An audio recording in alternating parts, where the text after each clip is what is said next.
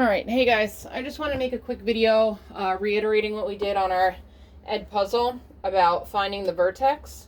So if we're trying to find the vertex of a quadratic without using the calculator, we're going to first need a quadratic to do that. So let's say we have f of x, or better yet known as y equals x squared minus 6x plus 5.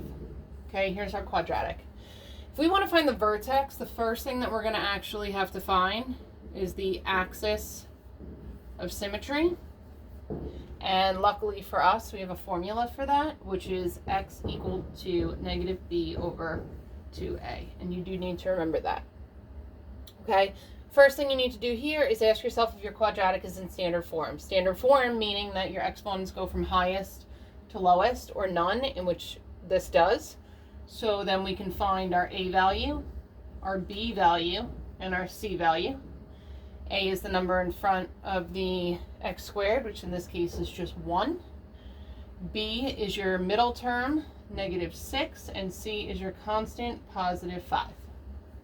Now, having that information, I can plug it into the axis of symmetry formula. So I have x equals negative 6, because that's what b was, over 2 times a, which is 1. This comes down to a negative, and a negative is going to give me a positive, over 2, which means 3. So I have x equal to 3 is my axis of symmetry.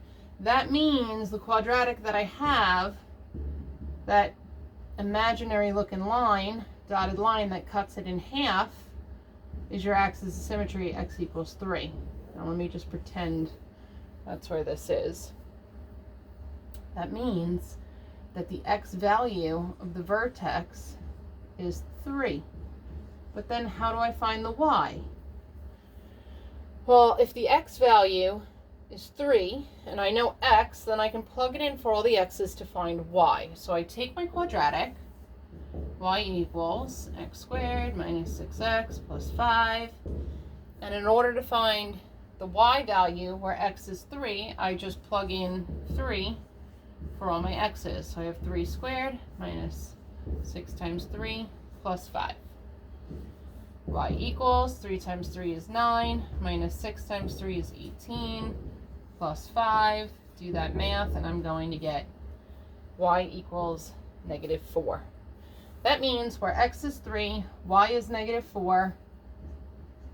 So our vertex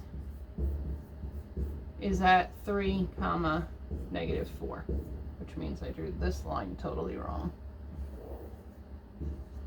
And that makes more sense.